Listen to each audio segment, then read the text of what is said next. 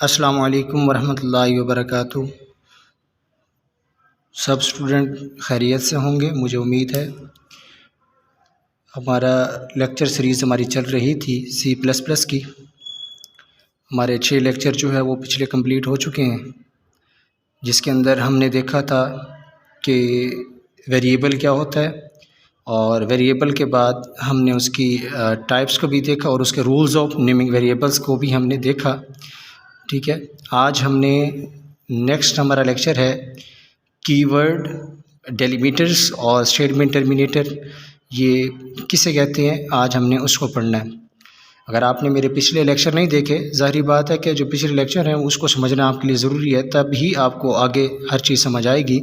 Otherwise आप जितनी मर्ज़ी कोशिश कर लें, आपको जब तक पिछले लेक्चर नहीं आएंगे उस वक्त तक आगे समझ नहीं आएगी। अगर मेरे चैनल पे न्यू हैं तो आप क्या करें कि सबसे पहले सब्सक्राइब करें, चैनल को सब्सक्राइब करके बेल आइकन दबा दें, ताकि आपको हर आने वाली न्यू वीडियो आपके लिए मुफीद हो और आप उसको जल्द देख सकें। हम प्रोग्राम स्टार्ट करते हैं। हम कीवर्ड, सबसे पहले कीवर्ड क्या होता है, जिसको आप रिज़र्व वर्ड के नाम से भी जानते हैं, वर्ड के नाम से भी जानते हैं। इसको रिज़र्व वर्ड भी कहते हैं, कीवर्ड भी कहते हैं, और इसको आप बुल्ट इन फंक्शंस भी कह दें तो आपको कोई वो नहीं होगा। अगर आप इसको डिफ़ॉल्ट कह दें तो तब भी ठीक है। डिफ़ॉल्ट फंक्शन यानी ऐसे फंक्शन जो लैंग्वेज बनाने वाले ने पहले से ही उसको डिफ़ाइन कर रखा हो। कहाँ पे डिफ़ाइन कर रखा हो? लाइब्रेरीज़ के अंदर। अब मैंने पिछले लेक्चर के अंदर बताया था कि हमारी लाइब्रेरीज़ क्या हैं, हमारी हेडर फाइल्स क्या हैं। हेडर फाइल्स के अंदर ही हमारी क्या हैं, वो सारे शामिल होते हैं। जैसे मैंने आपको बस iostream .h बताया था, मैंने आपको iostream के बाद conio.h बताया था, मैंने आपको उसके अंदर math.h बताया था। ये सारे उसके अंदर शामिल हैं। ये सारी हमारी हेडर फाइल्स हैं, जिसको आप हेडर फाइल भी बोलते हैं, लाइब्रेरी फाइल्स भी हैं। यानी ये सब कीवर्ड जितने भी हैं आपके, वो टोटल के टोटल इनके अंदर इसकी डेफिनेशंस मौजूद हैं। और वो जिसने लैंग्वेज बनाई थी, बेजर्नी ने C++ की, उसने इसके अंदर डेफिनेशन सारी कर रखी हैं। तो हमारे पास कीवर्ड क्या हुआ, मैंने लिखा है every programming language has a list of word that are predefined. हर लैंग्वेज के अंदर कुछ ऐसे वर्ड होते हैं जो प्री डिफाइन होते हैं, पहले से डिफाइन है। उसका मतलब कंपाइलर को पहले से बता दिया जाता है। आपको कंपाइलर का मैंने बताया था, कंपाइलर किसे कहते हैं, जो हमारी हाई लेवल को लो लेवल में कन्वर्ट करे, वो हमारी क्या होती है, हाई लेवल लैंग्वेज होती है। यानी आपको कंपाइलर जो होता है वो क्या करता है, उसको पहले बता दिया जाता है इन कीवर्ड्स के बारे में। तो मैंने आगे क्या कहा कि हर लैंग्वेज का, जैसे मेरे पास सी है, सी की लैंग्वेज, उसके अंदर भी आपके पास 32 कीवर्ड्स हैं, और C++ है, उसके अंदर आपके पास 32 यानी 82 भी हैं, कीवर्ड्स हैं।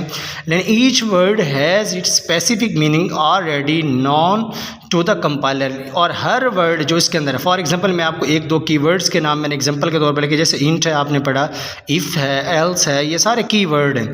और कीवर्ड हमेशा जो होते हैं वो आप इसकी पहचान इस तरह से करेंगे कि वो कीवर्ड की पहचान आप क्या होगा, जो भी कीवर्ड होगा वो स्मॉल लेटर्स के अंदर होगा, कैपिटल्स के अंदर नहीं मौजूद होगा।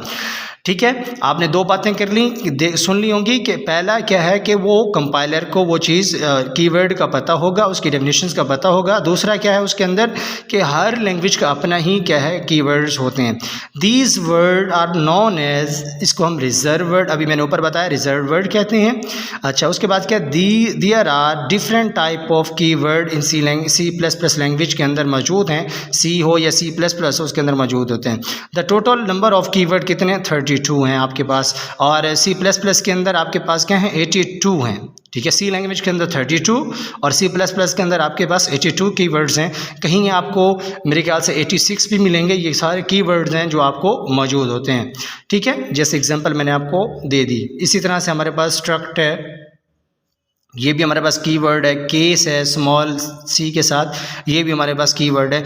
सारे कीवर्ड है। आपके पास क्वेश्चन मोस्टली पूछा जाता है कि आप कोई से 5 कीवर्ड्स के नाम लिखें, राइट एनी 5 कीवर्ड्स। ठीक है, वो आपसे पूछा जाता है, right any 5 keyword, right any 5 name of keyword. ठीक है, इन सी लैंग्वेज या C++ लैंग्वेज के अंदर आपसे पूछा जाता है। ये आपको समझ आ गया होगा कि कीवर्ड हमारा क्या होता है। उसके बाद है हमारे पास डेलीमीटर्स। आपको स्ट्रक्चर के अंदर मैंने बताया था कि बॉडी जब स्टार्ट होती है उससे पहले आप क्या लगाते हैं, करली ब्रेसेस लगाते हैं। उनको इस C++ की लैंग्वेज के अंदर हम क्या बोलते हैं, उसको हम डेलीमीटर्स बोलते हैं।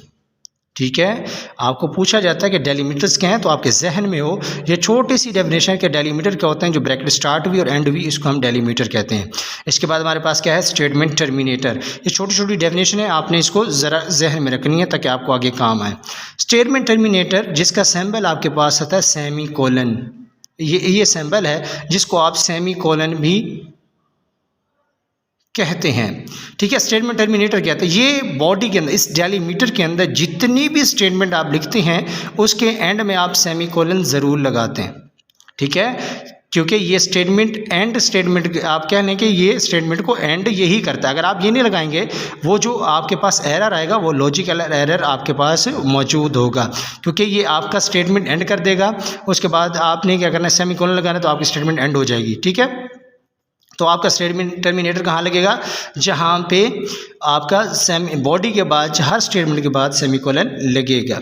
अच्छा, एक बहुत इंपॉर्टेंट बात है जो इसके अंदर स्टेटमेंट टर्मिनेटर के अंदर मैं आपको बताता जाऊँ कि जिस स्टेटमेंट टर्मिनेटर कहाँ नहीं लगता, जिस फंक्शन की, जैसे मैंने आपको बताया, जिस फंक्शन की बॉडी स्टार्ट हो रही हो उसके बाद सेमीकोलन नहीं लगता।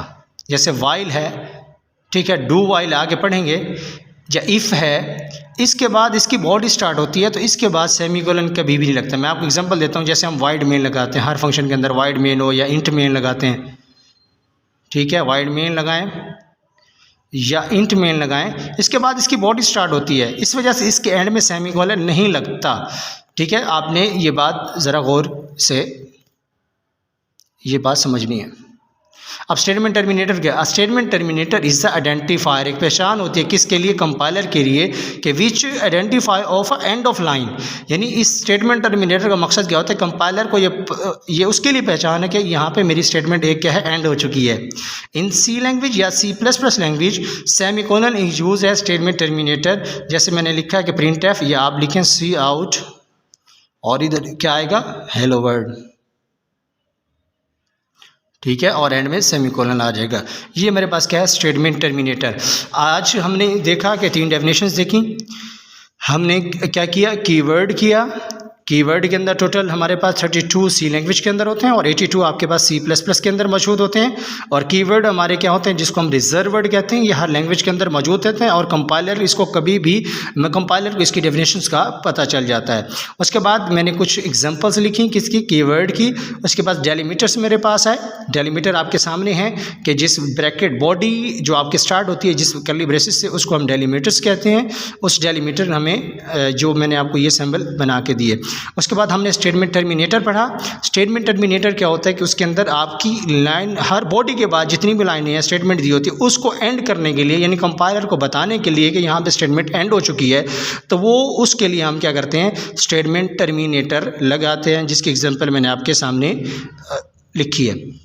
मुझे उम्मीद है कि आपको ये लेक्चर आपको समझ आया होगा। अगर फिर भी कोई मसला है तो आप ज़रूर कमेंट करेंगे ताकि मैं आपको उसका रिप्लाई दे सकूं। ठीक है, मिलते हैं नेक्स्ट वीडियो के अंदर।